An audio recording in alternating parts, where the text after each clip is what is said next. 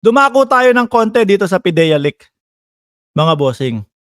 Etong sa PIDEA leak po, mga kababayan, 'no? Napanood naman po natin, karamihan po sa atin, napanood yung ano tawag dito, hearing. Nung hearing po, mga boss chief amo sir, siguro nanggagalaitin na si Maharlika kay Bato, kay Senator Bato de la Rosa, mga bossing. Hindi na nakapagpigil.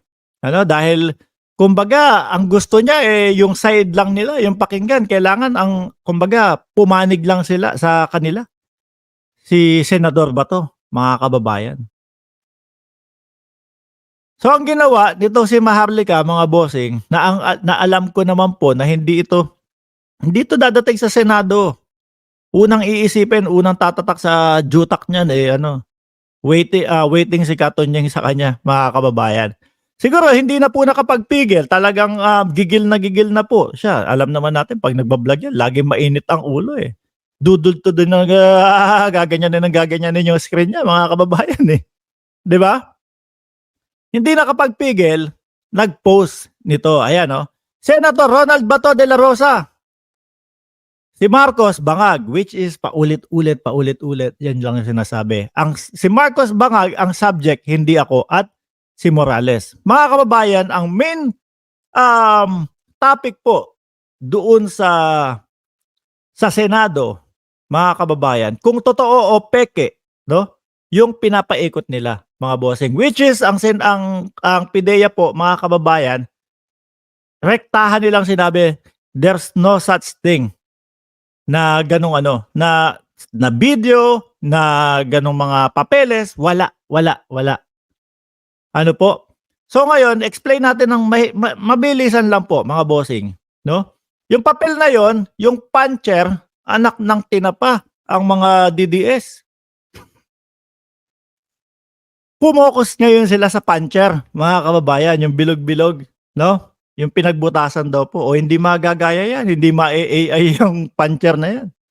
Napakadali lang po, mga kababayan. Kung si Morales, meron siyang luma, no? Na naiwan sa bahay, lumang ganon, kagaya nun, nung papel na yon, mga kababayan. Ang gagawin niya lang doon, alam niyo po, mga bossing, scan. Pag in-scan, parehas na po yun. Siyempre, yun yung pinag-scanan, yun yung pinaggayahan po, scan. Pagka-scan, salpak naman yon sa Adobe Photoshop. Nandun na din po yung nandun na din po yung butas nun, yung butas ng puncher. After po, yung mga importanteng mga pangalan papalitan, importanteng address papalitan. Since hindi na importante masyado o hindi na pagpopokusan ng atensyon yung mga sasakyan doon, iwan na lang yan dyan. No? Iwan na lang yan dyan. Okay na yan, walang problema. Hindi nila naisip na kumbaga baka silipin din or whatever. Iwan na lang yan dyan. Palit pangalan ganito. Sa Photoshop po, mga kapatid, mga kababayan, meron pong parang doon. Meron pong parang icon na parang band-aid kung hindi ako nagkakamali, no? Yung parang band-aid na yon, parang kokopyahin mo kung ano yung background o yung kulay ng papel para pag binura mo, parehas na parehas, mga kababayan. Kasi nagpo-Photoshop po ako, Sabay type ng pangalan. Ang hindi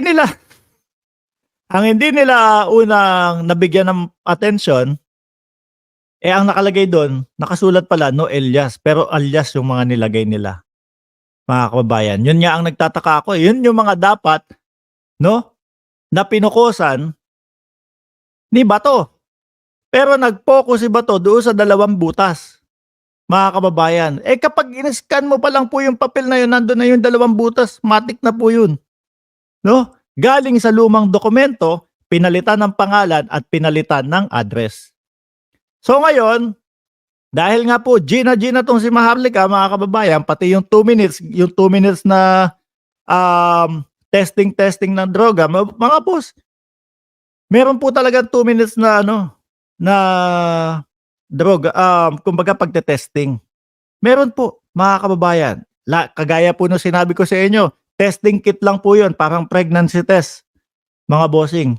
Wiwiwi si presidente, ibibigay yung wiwi, pagkabigay, bubuksan yung testing kit, ilalagay, no? Tapos hihintay ng 30 segundo hanggang 1 minuto, lalabas yung resulta kung negative o positive. Ganun lang po yun mga kababayan. Kaya hindi po binibigyan pansin diyan sa Senado, mga bossing. At hindi naman din yun yung main topic. Kung gusto nilang yun ang i-topic, so gagawa na naman po sila, mga kababayan. No? Gagawa na naman po sila, mga kababayan, ng panibagong hearing about doon. Tinype niya to, Senator Ronald Bato de la Rosa, si Marcos Bangag ang subject, hindi ako, at si Morales. Dahil po, mga bossing, my God, magtatanong na ba ako na nabayaran ka ni Lisa? Ganyan po ang estilo nila, mga kababayan. Pagka ikaw, hindi ka pumapanig doon sa kanila at nasa gitna ka, bayaran ka para kay Maharlika, mga bossing. So, syempre, kahit papaano, mga boss, sabi no iba drama lang yan, wag ka maniwala dyan. Ano? So, syempre, mga kababayan, siguro hindi niya makontrol yung utak niya. Nagalit si Bato. Di ba? O, sige, patawag niya si Maharlika dito. Papuntahin dito yan, ganito, ganyan. Nakita niyo po, after, no? After nung sa Senado, mga kababayan, pagkatapos na sa Senado, nag-vlog agad. Dahil alam niya, madaming views yun eh. No? 4 na milyon ba naman ang hahabulin niya doon sa ano? Sa perang kailangan niya pagka napatunayan na nagkamali siya. Doon kaila Puwi Quiñones at kaila Abel Bacudio, mga kababayan. Di ba? So ngayon, pag vlog niya, dahil ramdam niya medyo, saglit lang. Mukhang mayayari ako kay Bato. Pero syempre, hindi pa din po natin papatay sa isip natin, mga kababayan, na yung tipo bang, alam mo scripted nga din po, mga bossing. Sabi niya, Senator Bato, nagtatanong lang po ako. Biglang biglang gumaan po, mga kababayan Ano? Siguro iniisip niya, no, nako, kailangan mabago ko ang isip. Kailangan hindi mabago ko ang isip ni Bato. Wag na ako ipatawag sa Senado kasi imposible, mga kababayan.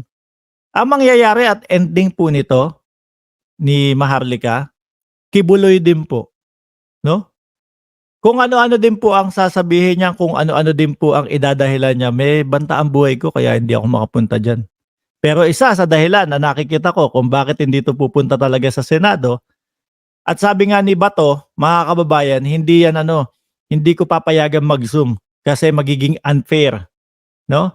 Magiging unfair doon sa mga taong pinapunta namin dito at nagsinungaling at na-contempt namin, mga kababayan. Pero galit na galit din po yung mga DDS kay Bato, mga kababayan, na mga boss chief amo sir. Meron pang nag-vlog na isa, parang ano daw, Mala Duterte daw po, mga bossing. Mala Duterte, naglalaro na naman daw po ng chess, si Bato.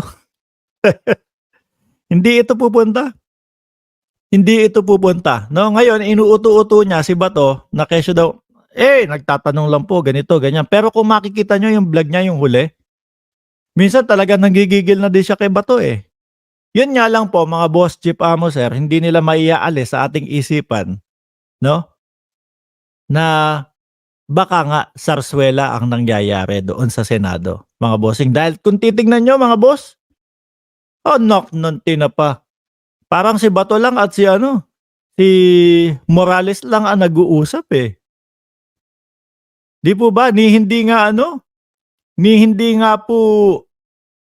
Hindi po i-discuss ni Bato na pag-usapan natin kung paano pwedeng maging peke yan. Sa halip, paulit-ulit si Bato na may nag-leak daw. Kasi po, ang hindi ko naman maintindihan doon sa PIDEA, mga kababayan, hindi sila sumasagot na wala nga nag-leak. Although meron po, pasulpot-sulpot, paunti-unti, no? Pero ako yon, mga kababayan, kahit na po kunyari ako ang PIDEA, mga kababayan, kahit na po patay ang mikropono ko yun, i-on ko yun, wala ngang nag-leak.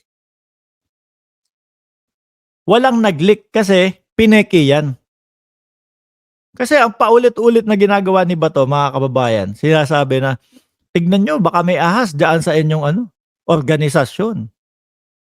Gusto niyang idiin na nag-leak talaga. Kasi po pagka yun yung naipamukha nila sa taong bayan, mga kababayan, iisipin na totoo yung papeles na yun. Pero ang totoo, peke po. Ang dali-daling gawin ng mga boss chief amo, sir, eh. Ano?